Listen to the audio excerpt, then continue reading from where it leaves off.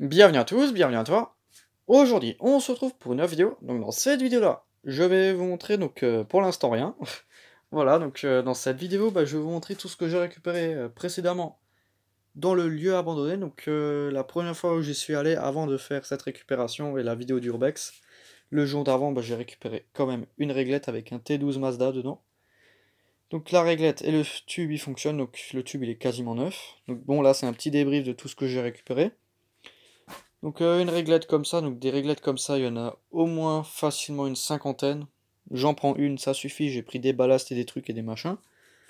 Là, j'ai aujourd'hui, donc là maintenant tout le reste c'est tout ce que j'ai récupéré aujourd'hui. Deux tubes T8 Mazda Fluor. Donc bon là, il y a juste mes outils, du coup j'enlève un peu tout ça. Du mauvais sens et du mauvais sens, merde. Donc je vais juste les sortir.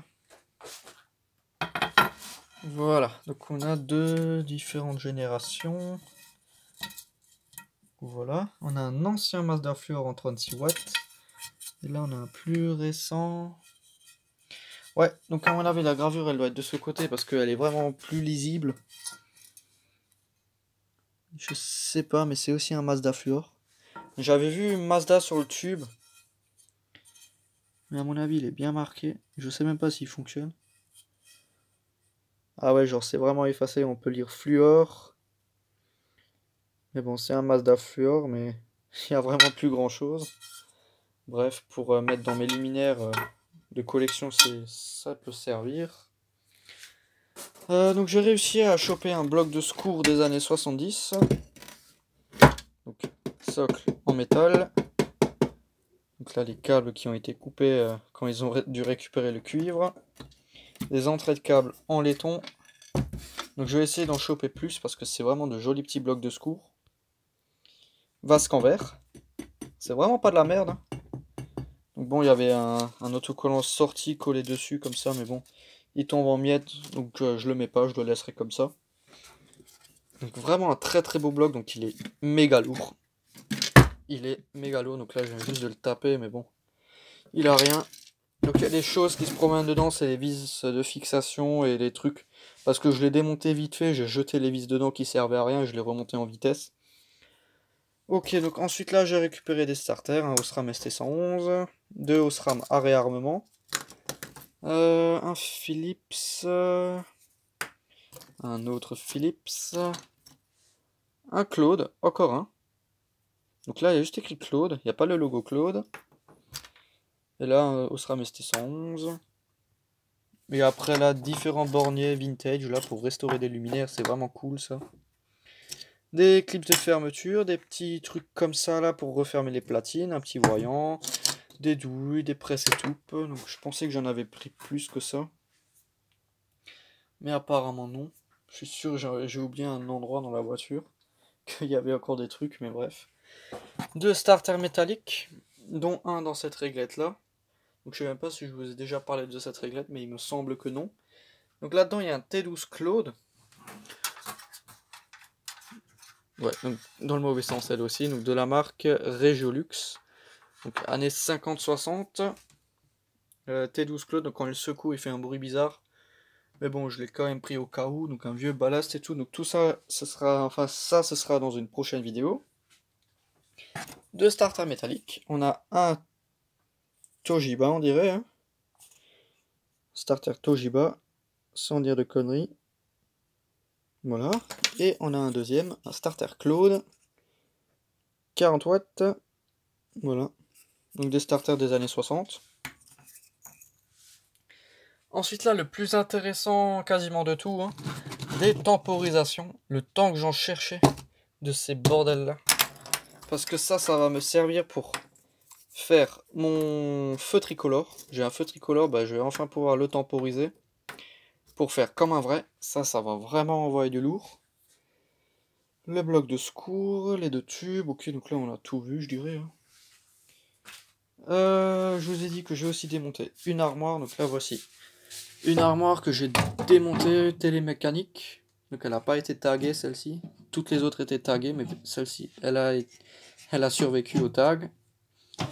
Fermeture, standard, normal. on a un sectionneur là, avec les fusibles. Donc cette armoire, je vais la garder. Enfin, je vais la garder, mais pas comme ça. Je vais entièrement la recabler pour justement pouvoir contrôler, faire tout mon système de commande pour le feu tricolore. Donc là, j'ai déjà des contacteurs qui sont dedans. 2 gros là, 2 petits là.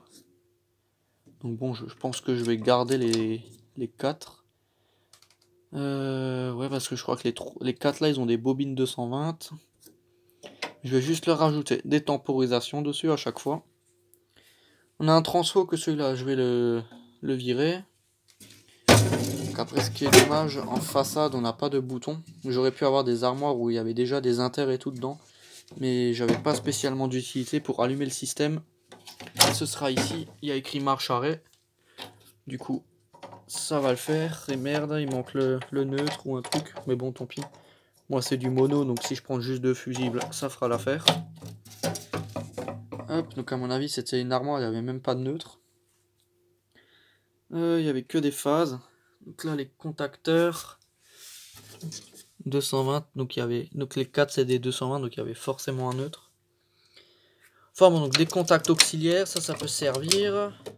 Protection moteur, ça je vais le virer. Là, il y a plein de trucs que je vais dégager. Je vais juste garder les contacteurs et nettoyer toute l'armoire. Et la recabler. Donc normalement le schéma pour faire le feu tricolore G.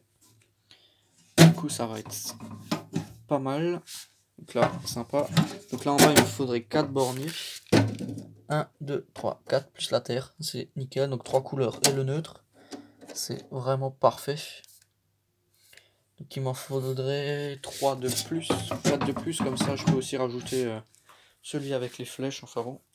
Et là vraiment une très très belle pioche que je pensais vraiment pas récupérer. Donc déjà quand on voit la taille des appareillages, donc bon là la réglette elle est entièrement démontée. Donc la réglette elle fait ma taille, donc 1m70. Ouais je pense que ouais elle fait vraiment ma taille. Donc c'est une Mazda. Mais bon il y aura une vidéo sur cette réglette, hein. Donc là je vous la montre vite fait, je vous spoil un peu sur ce truc. Donc c'est vraiment spécial. Donc il y a un tube des deux qui est mort mais tout fonctionne, la réglette elle fonctionne. Donc c'est une réglette anti-déflagrante. Je sais pas si ça se dit comme ça, anti-déflagrant ou un truc comme ça. Donc les beaux petits ballasts hein, qui fonctionnent. C'est du ferromagnétique, on a un double condo que j'ai débranché. Donc bon, j'ai tout de suite démonté cette réglette quand je suis rentré parce que je voulais vraiment voir à quoi ça ressemblait, comment c'était foutu. Parce que j'ai jamais vu ce genre de réglette. Donc bon, il y aura une vidéo un peu plus détaillée sur ce luminaire. Hein. Voilà, enfin bon, je pense que ce sera tout dans cette vidéo. Hein. Je pense que là, je vous ai un peu montré les arrivages qui vont venir ces derniers temps. Voilà. Enfin bon, donc merci d'avoir regardé cette petite vidéo. Si tu as des questions, n'hésite pas à me les poser dans l'espace des commentaires. Ciao!